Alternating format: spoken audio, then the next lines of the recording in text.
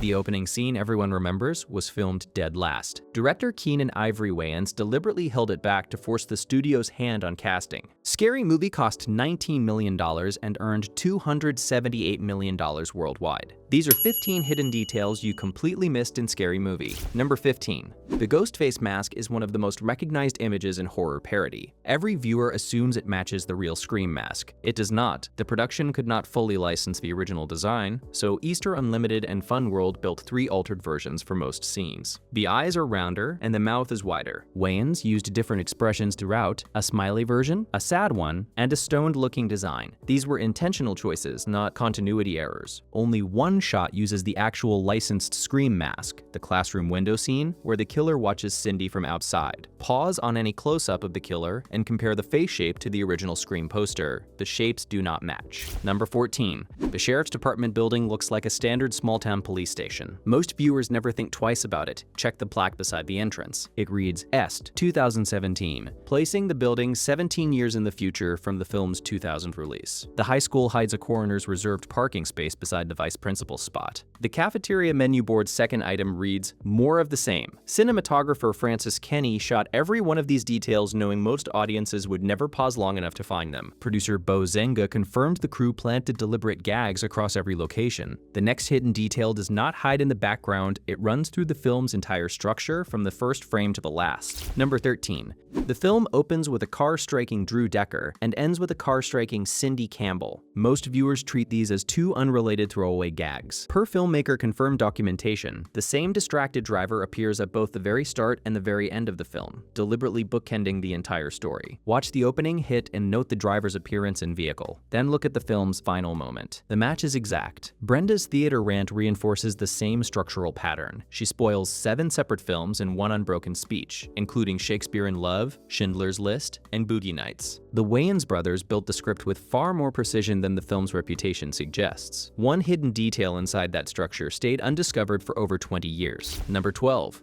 The Doofy reveal at the end parodies The Usual Suspects. His limp disappears and he walks away cleanly, mirroring Verbal Kint's exit from director Bryan Singer's film. The coffee mug that shatters during the reveal is printed with Doofus Porcelain evidence from the original Thriller, but the real reveal arrives 40 minutes before the climax. During a phone call from the killer, Doofy's mother yells his name. The killer responds, "No, it isn't me." The script announces the ending openly in spoken dialogue during the first half. Watch that phone call scene and listen for that exact line. The killer identifies himself long before the ending arrives. One complete sequence in this film did not exist when the original shoot ended. Number 11. The basement phone call parody is one of the most quoted sequences in the film. It feels inseparable from the movie's identity. The commercial it references debuted in December 1999, 2 months after principal photography wrapped. The sequence is entirely absent from the bootleg work print that circulated before release. Marlon Wayans pitched it as a late addition after the advertisement became a cultural phenomenon. Zenga confirmed to Variety that strong test screening results justified Dimension Films funding a new pickup shoot. Watch the basement scene knowing it was filmed months after the rest of the movie had already wrapped. It replaced a different sequence entirely. A studio executive also personally ordered one line of dialogue changed across every home release worldwide. Number 10.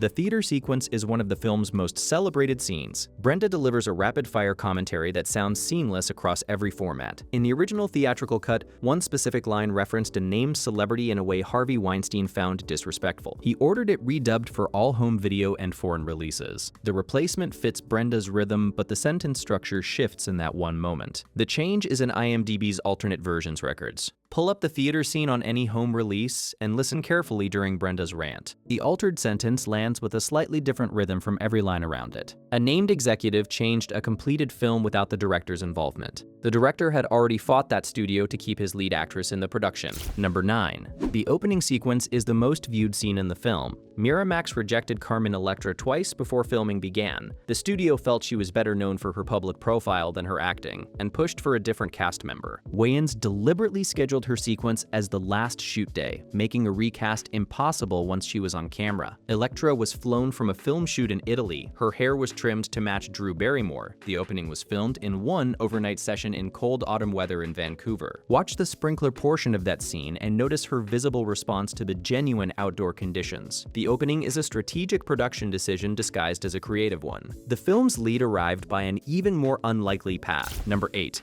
Anna Faris's performance as Cindy Campbell reads as precise and confident from her very first scene. She was 22, had no agent, no headshots, and had just graduated from the University of Washington when she taped her audition on a VHS camera her mother held. She flew to Los Angeles, slept on a friend's couch in Burbank, and borrowed rides to every callback. Alicia Silverstone had reportedly turned the role down before Faris entered the process. Casting director Roby Reed pushed her tape to Wayans against his initial resistance. Faris dyed her natural blonde hair black to match Neve Campbell and Jennifer Love Hewitt. Watch Cindy's first scene knowing the actress had never worked professionally before that production. The male lead nearly starred a very different actor. Number 7.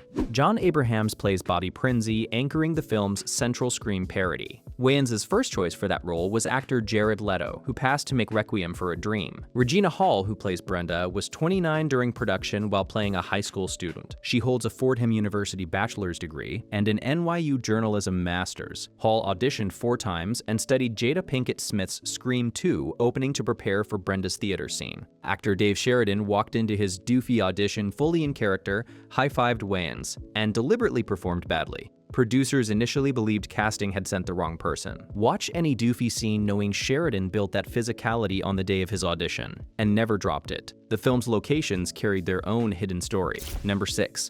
Every suburban street in Scary Movie reads as generic American suburbia. The entire film was shot in British Columbia from August 16 through October 18, 1999, using Film Incentive BC and federal tax credits to stretch the $19 million budget. The sheriff's department, the theater where Brenda's story ends, and the usual suspects' tracking shot location were all filmed on one block of Moncton Street in Steveston, Richmond. B.A. Corpse High School's exterior is Vancouver Technical Secondary School at 2600 East Broadway. Kenny's credits include Heathers, New Jack City, and Wayne's World 2. The on-screen character Cameraman Kenny references both Kenny himself and Scream's ill-fated cameraman. Watch any exterior school scene knowing that Vancouver Building still stands at that address today. The film's title had an equally unexpected origin. Number 5. The title Scary Movie feels like an obvious fit for a horror parody. Kevin Williamson originally wrote the Scream screenplay under that exact title, completing the draft in 3 days at a Palm Springs condo. Bob Weinstein renamed it Scream during production, believing the original sounded too comedic. Cast and crew wrap gifts were still printed with Scary Movie on them. When the Wayans parody developed, Weinstein called Williamson to ask for the title back. Both Williamson and Wes Craven agreed and found it genuinely funny. The film's tagline, "No Mercy, No Shame, No Sequel," was a deliberate joke at franchise marketing conventions. Watch the title card knowing those words first appeared on the opening page of a different screenplay. The script had a contested origin. Number 4. The writing credit lists 6 names suggesting one large collaborative team. Those 2 groups never worked together. Dimension Films acquired 2 separate slasher spoof spec scripts in 1998, one by Sean and Marlon Wayans with Buddy Johnson and Phil Bowman, and one by Jason Friedberg and Aaron Seltzer. WGA Arbitration combined the credits with an and separating the 2 distinct teams. The Wayans wrote approximately 10 drafts, including a black draft, a white draft, a high school draft, and a college draft. Eric Gold, the Wayans manager, told Entertainment Weekly the team did not use much of the rival script, though some elements were incorporated. Watch the tonal shifts and notice how 2 distinct comedy voices operate across sequences. The creative conflict ran far deeper than the writing room. Number 3. The opening sequence hinges on the killer's phone call to Drew Decker. That exchange feels like the scene the entire story was built around. It was created after production finished. The call is entirely absent from the bootleg work print that circulated before release, confirming it was added in post-production months after photography wrapped in October 1999. Wes Craven stated in interviews that watching Scary Movie was painful because the film replicated screenshots frame for frame. Yet he received no financial participation. Craven and Weinstein agreed to hold the franchise dormant. It stayed inactive for 11 years until Scream 4 in 2011. Pause the opening and compare the frame to the original Scream cold open. The shots are identical. The studio acquired this film for reasons unrelated to art. Number 2. Dimension Films acquiring the Wayans script reads like a standard greenlight decision. It was not. Weinstein purchased both competing scripts in 1998, primarily to prevent a rival studio from cannibalizing the Scream franchise Dimension owned. Zenga confirmed to Variety that the Weinsteins bought the project specifically because it spoofed Scream, and they did not want anyone else doing that first. Weinstein had originally pursued director David Zucker for the rival Friedberg Seltzer version. That same Zucker was later hired to direct Scary Movie 3 and 4 after the Wayans were removed. Marlon Wayans confirmed the family learned from trade publications on Christmas Eve 2002 that Dimension was making Scary Movie 3 without them. No one called. Watch the film knowing the studio worked to prevent its existence. Number 1. The fake rating card that appears before the in-film movie during the theater scene is on screen for less than 2 seconds. At normal playback speed, it is entirely unreadable. Pause on that card and the full text becomes visible. The message states it has been approved for immature audiences only, notes that if you can read it, you are too close, and closes by addressing the viewer who pressed pause. The card went undiscovered for over 20 years before going viral in 2022 and being reported by Newsweek. It appeared in every print and home release since 2000. The Wayans brothers designed it as a direct response to the viewer who freezes the frame. It assumes you will pause. Then it speaks back. Pause at that moment. Scary Movie was built from borrowed ideas, a title taken from Wes Craven, an actress sleeping on a stranger's couch, and a hidden card waiting 25 years for someone to pause at the right moment. Every frame rewards a closer look. Which hidden detail surprised you most? And what film should we open next?